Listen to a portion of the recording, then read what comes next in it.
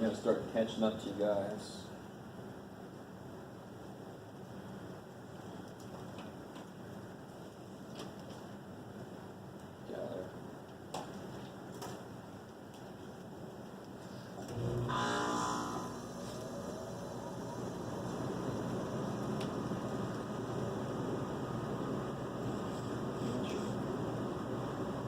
Here's the other way to do this, so as long as you realize what you want. Is it really out of 16?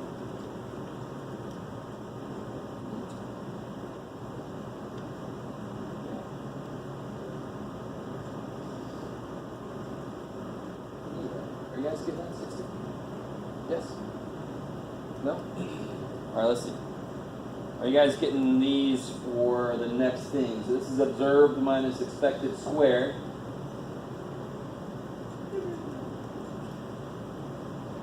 You guys get those numbers? Let me know if not, because I can go over, bless you, help you out. Sometimes it's just a forgotten parenthesis or something silly.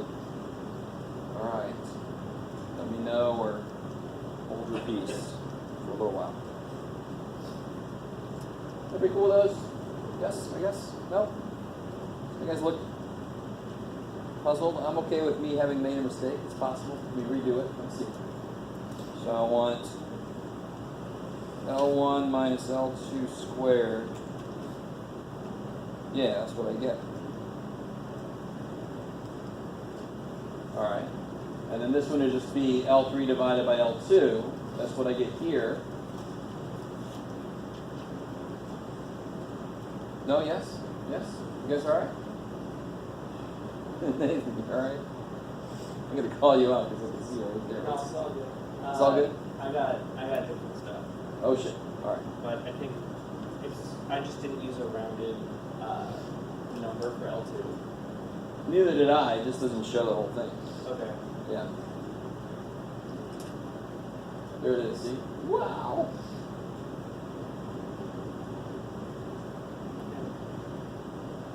Who knows? Okay. And now when I add up L4, so I could do this. I could go to list, math, sum, L4. Or I could just do stat, calc, one var stats on L4. And just notice the 16. Either way you do it, you get a sum of 16. That exceptionally freaks me out, but that's all right. I wish I was good enough in math to say that I made that happen, but I can't see that far. Anybody else freaked out about that? No, just me? That it came out to be exactly 16? After all the weird shit we...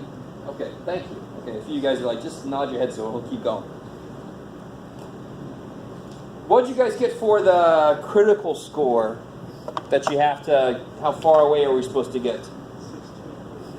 Ah, that's so freaky. It's like I really wish I could take credit for this. But yeah, you get alpha's 0.01. Degrees of freedom was what? 6. So you get a critical score of 16.812. Did we make it far enough away? Did we? We had to be this far away to show evidence that they're different. Did we get this far away or more? We got 16. Damn. Really close. That's freaking me out a bit. You're okay. If it's not freaking you out, it's fine. Probably just freaking out that I'm freaking out. Alright. So, I mean, the way this would look is my critical region was here on Java's tail, and we made it to 16. So we did not get into the rejection region. We didn't make it in there, so I can't reject that they're the same. The null hypothesis in these are that the expected and the observed will be exactly the same. Our sample is different, but it's not strong enough evidence to show that they're different in general. Maybe. So I like this. It's got the flavor of hypothesis test, but you don't have to worry about every single step with me. I'm not too worried about that right now. Okay. It was unsatisfying. I'm sorry. So what I think I want to do is first off see if there's any other questions left over about chi-square, I don't know if anybody's had any chance to get into the homework for that. Okay, no, okay. I appreciate the honesty. Yeah, Zach. From the example that we just did, it seems kind of weird that they're so close together, but the expected values are kind of different. They seem sort of off with the observed values. Yeah, it just wasn't off enough. That's the thing. It just wasn't off enough. So it's sort of like me saying, I claim that the average age at this certain place is 40. I take a sample and I get an average age of 34. Can I just stop right there and say, well, 34 is pretty far away from... No. I have to see how far away that really is relative to the data. So relative to the data, those differences weren't big enough. At least at a 0.01 level of significance. What if it would have been a 0.05? What would have changed? If this would have been 0.05 level of significance, what would have changed? Yeah. It wouldn't have been 16.812. It would have been 12.592. And then we would have found enough evidence. So the 0.01 is a really high bar to reach. It's difficult to pass that test. It is a more significant test, which again is why we call it level of significance. And we just didn't have enough evidence to pass that higher bar test. And somebody else could be like, that was too high of a bar. What the shit? It's fine. Not sure why they didn't have that accent, but they just did. Okay, I like it. Yes. So it is 0.01 L. Degrees of freedom were? Degrees of freedom, 0.01. Go down to, it would be 6. 6, good. And then it would be 60. Okay. Yep. But if it would have been 0.05, a weaker test, a higher chance of a type 1 error, but still 5% is pretty low, we would have passed. We would have succeeded. I like it. I just love, I'm going to like that for a long time. That it just happened again when that was so close. When do you use the other one? The left side of it? Oh, when do I use this side? Yeah. It would be for confidence levels, confidence intervals. Right? These are one-tailed tests, I want you to realize, because what's the claim? That it's really different, which means it's very far from 0. You with me? So it's a one-tailed test, way up there. To make a confidence interval, they're two-tailed tests. So it would be like this. So this would be the side we're looking at now, and this would be the other side. But again, there wasn't really enough time to get into that, unfortunately. So we're not going to worry about the left side. Basically, no, not for these tests. Gotcha. But I like that why is that there came up. It's there for two-tailed situations. I like it. So, if there's any other questions about that at the moment, yes? Okay, can you tell me again how you got the expected value, the 33.7? Oh, all right, so how do I, for uniform distribution, so if I have, so in this case, how many total people did we have? If you add all these up, it was 236, is that right? Yes. So if the expectation is that they all are uniform, they all get the same. So if I have $236 and 6 other friends, and I want to split that evenly, how do I figure out how much we each get? Divided by 7. Yeah. So that's uniform distribution. It's just even distribution of all that you got. Okay. I like it. I'm not going to go into political ideologies, but... And the one before we did was not uniform. It was Yeah, close. the other one was based on, that one right there, was based on percentages. That is a general probability distribution. In this case, though, those percentages were kind of picked to follow normal distribution. Yeah. But we also had that cholesterol level one, which the expectations were based on general observations of the population. So that's where those percentages came from. So the percentages could come from anywhere, and then you just take the percentage of the total. Or uniform just means take the total divided by how many categories. So they each get the same amount. Yeah. Those are the two main situations you could face in a goodness of fit test. Cool. Maybe. And again, if you haven't tried the homework out yet, I understand why you might not have any questions. Okay. Now, what I think I want to do is let's do the final exam formula sheet. Let's get that out the way, because the first thing next time is going to be focusing on quiz corrections if it's needed, stuff like that. Maybe some questions from homework. And then, of course, the final exam practice. So, obviously, if you haven't lost any points on any formula sheets, you can just bring them all in. Bring in all your formula sheets. But I do like to do this because it does kind of spur us to remember questions from stuff we haven't done in a long time. There's one formula that you have on your first formula sheet that you don't need. I promised you I wouldn't make you do this. And don't even write this down, but it's this guy here.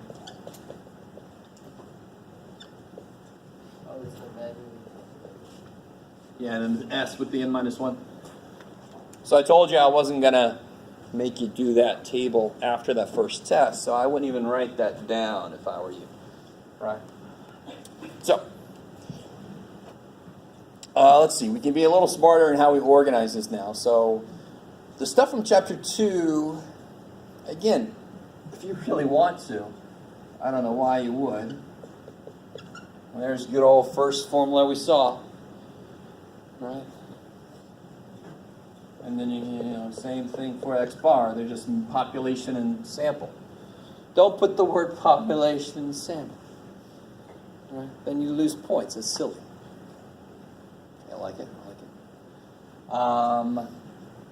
Let's see. Well, what else did I don't think I gave you anything else that you were allowed to write down.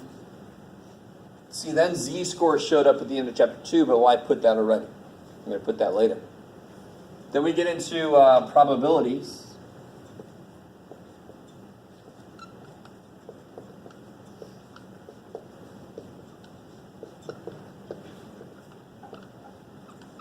Gosh, that's just so long. No, not R.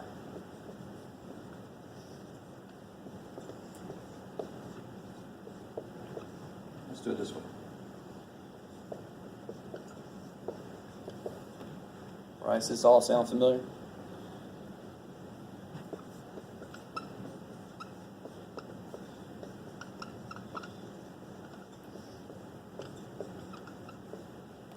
All right, so there's probability stuff.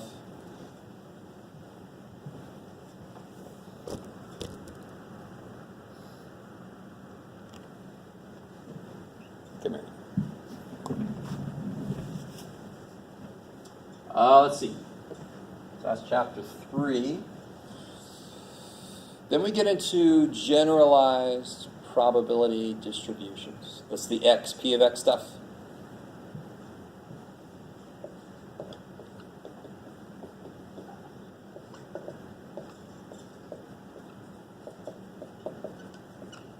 Notice this is variance here, right?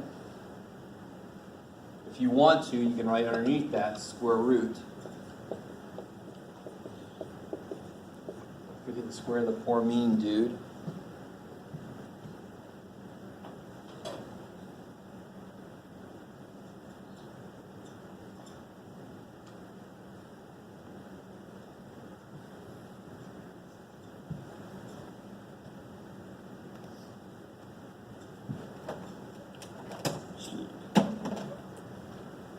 All right.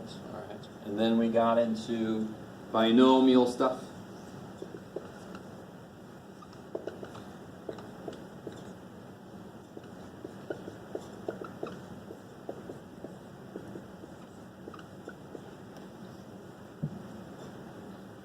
So that's all in Chapter 4. Chapter 5 was uniform distribution and generalized continuous distributions. There were no real formulas you have to worry about. There was the mean and the standard deviation of a uniform. Remember the 12 that showed up in the formula? Why was there a 12 there? Don't even write those down. It's fine. Then we got into the most important chapter of the whole semester, the normal distribution stuff.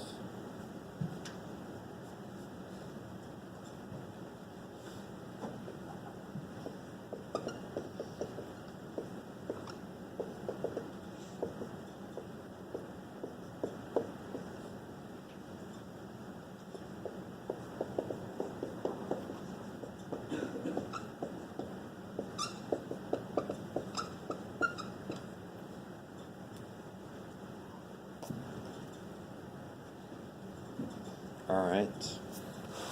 Sorry. Hopefully this all looks familiar.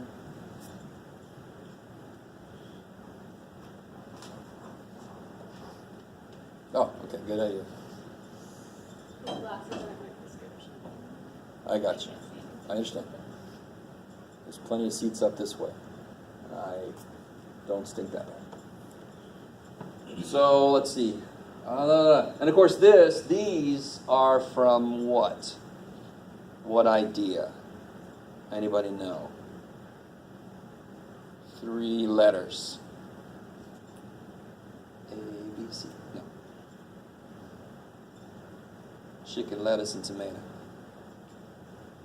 CLT, the central limit theorem. That's the one that says if n is greater than 30, then the sample means will be normally distributed enough. Right, okay. Then we got into, so this is chapter 6, this is chapter 7, I think, is central limit theorem. Chapter 8 is confidence intervals.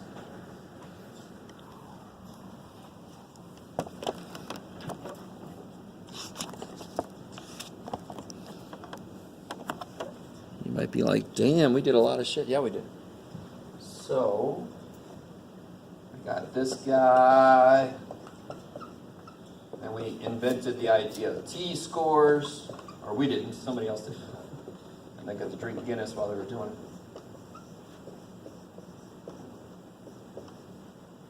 Those 3 standard deviations for mean, standard deviation for percentages. So when you see a hypothesis test, you'll have different formulas in different tests for normality if it's a mean versus a percentage test, right? What do I check for normality for NPQ problem, for percentage problem? What's that? Beautiful, right? And for confidence intervals, you have to use the hatted ones. I still think that's a great band name, sorry. We are the hatted ones. Yeah. And then we got this, get out of there. This guy here. This guy here. This is trying to be a Z. So, yes. Can we add x equals, like x equals x bar plus or minus sigma over?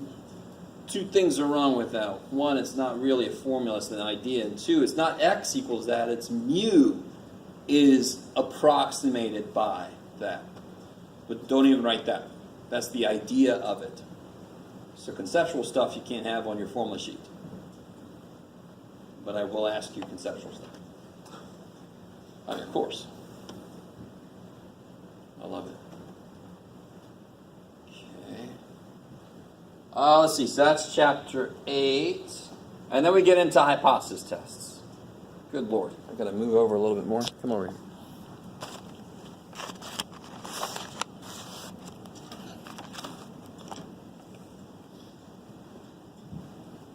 So then we got, let's see, Z star equals X bar minus mu sub X bar over sigma X bar. You can remind yourself what the shit this is. You can remind yourself that even if it's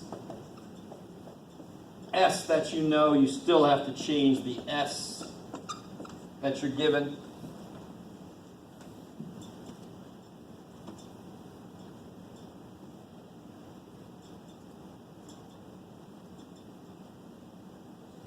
And And then you've got this guy, finally, for P stuff.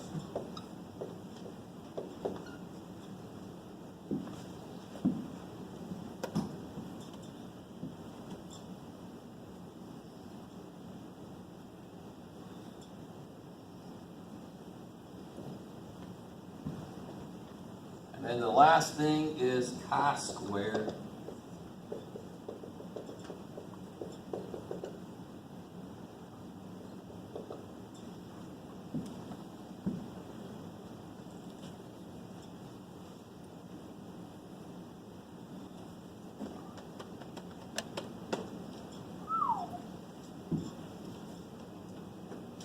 We did all that.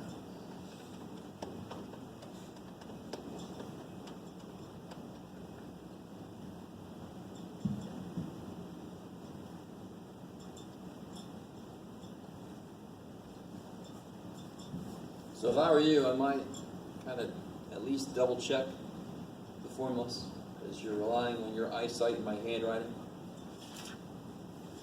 Might be a bad combination.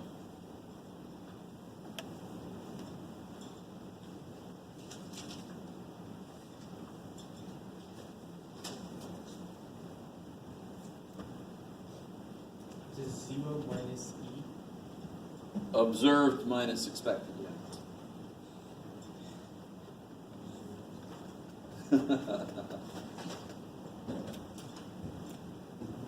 Yes.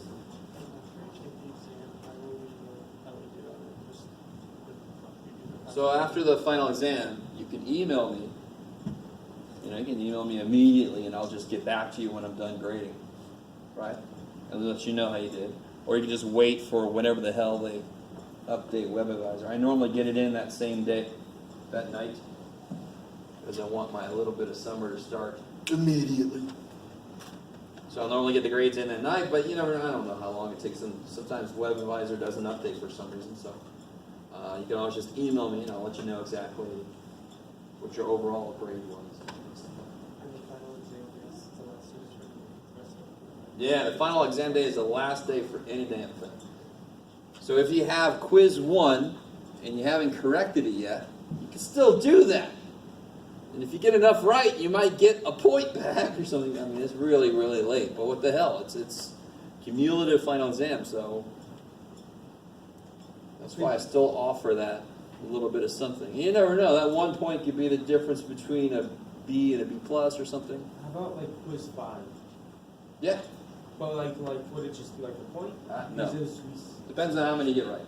So if you got them all right, you're still not going to get as many points as you would have if it was on time, but you get more than 1. Well, depending on how many you were going to get anyway. Yeah. Incorrect corrections.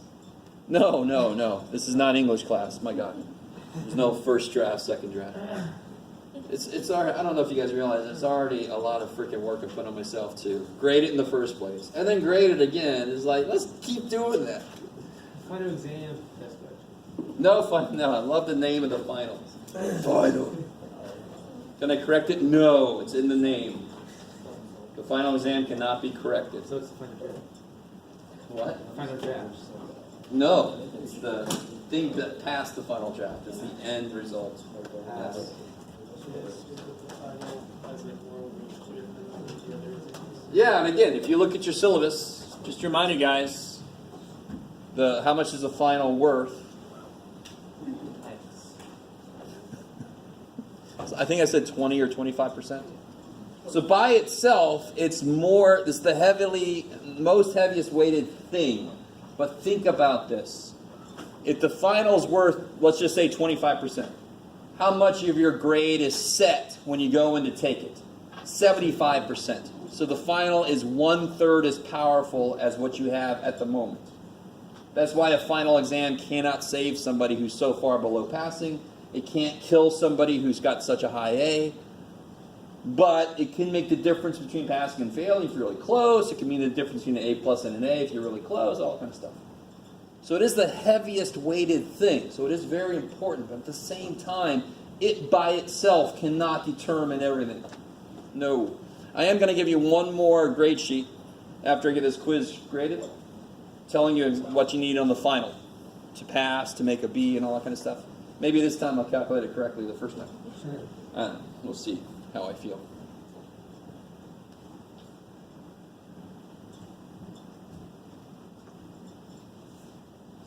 So while we're talking about the final, it does start at 7:15. It goes till 9:15. We get 2 hours for the final.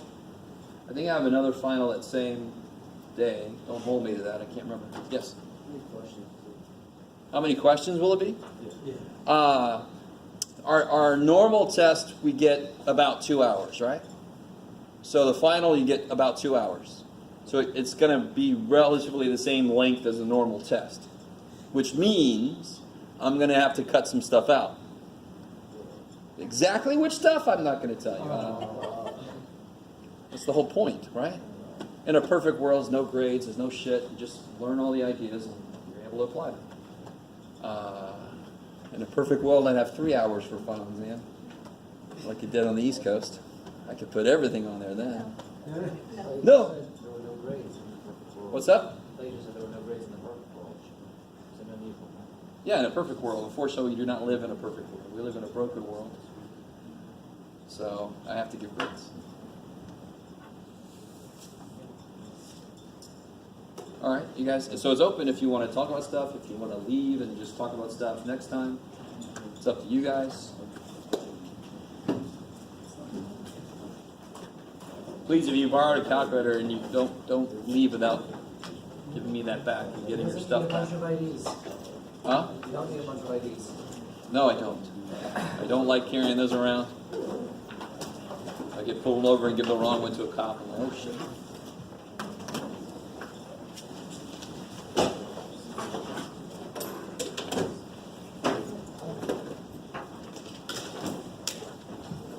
I did get the right number, by the way.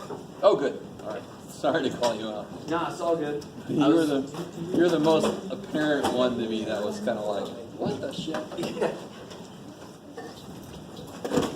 No, the number that I got actually did show evidence. So I was like, all right, I want to make sure I get this right. And I ended up storing the expected value in X and stored the wrong number. So I got it's you. just that last piece that was wrong. I'm like, all right, that's got to be what's wrong. Because the table looked right. Okay. Good deductive powers.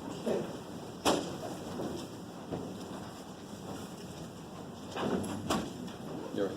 Thank you. Got the sample. Oh.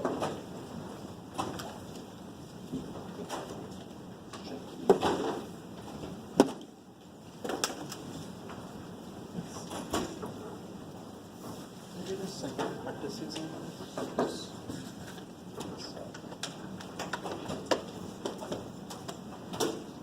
Oh.